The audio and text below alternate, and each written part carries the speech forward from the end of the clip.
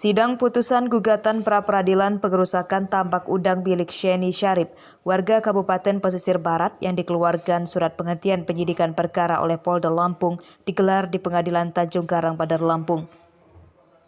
Polda Lampung mengeluarkan surat SP3 terhadap 4 orang tersangka Satpol PP Kabupaten Pesisir Barat setelah melakukan gelar perkara dengan pengawasan penyidikan Mabes Polri.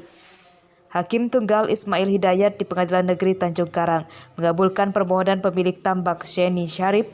Hakim memutuskan status tersangka yang ditetapkan kemudian dibatalkan kembali oleh Polda atas perintah Mabes Polri itu kembali dilanjutkan kepada 4 tersangka yang merupakan PNS dan honorer Pol PP Pesisir Barat.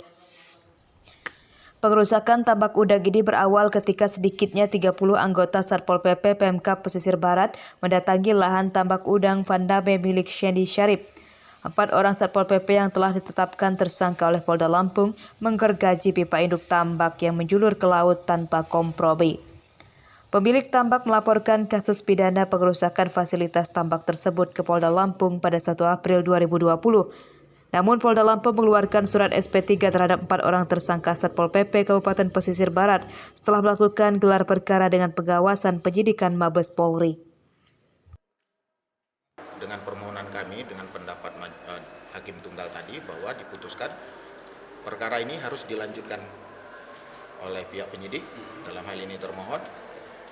Berkas harus dilimpahkan ke Kejaksaan untuk segera di P21 dan disidangkan di pengadilan untuk memastikan apakah perkara ini memenuhi unsur pidana atau tidak, apa tersangkanya juga bersalah atau tidak, yaitu yang mau menentukan adalah pengadilan, bukan gelar perkara yang direkomendasikan oleh Biro Wasidik Mabes Polri.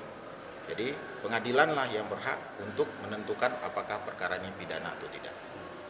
Jadi dengan begitu kami appreciate terhadap Pengadilan Negeri Lampung yang sudah membela, yang sudah memberikan keadilan kepada klien kami dalam ini Ibu Sheni sebagai korban daripada adanya pengerusakan yang dilakukan oleh Satpol PP. Dampak dari pengerusakan sendiri kita apa Bu dampaknya Bu? Bagaimana? Dampak dari pengerusakan itu apa aja? Kerugian saya, udang saya, kita dalam budidaya itu air harus lancar. Dipotong paralon saya menyebabkan saya tidak bisa memasukkan air ke dalam kolam. Udang saya mati. Dan pada saat penyidik daripada Satpol PP melihat ke lapangan, mereka lihat kok bagaimana merahnya udang saya. Itu kemudian karena air tidak bisa masuk, HDPE saya itu tidak bisa tanpa adanya air. Itu pun hancur. Jadi betul-betul kerugian saya sangat besar. Kira-kira berapa rupiah Bu? Sekitar kurang lebih 2,5 M. Ya. Alasan mereka itu tidak ada.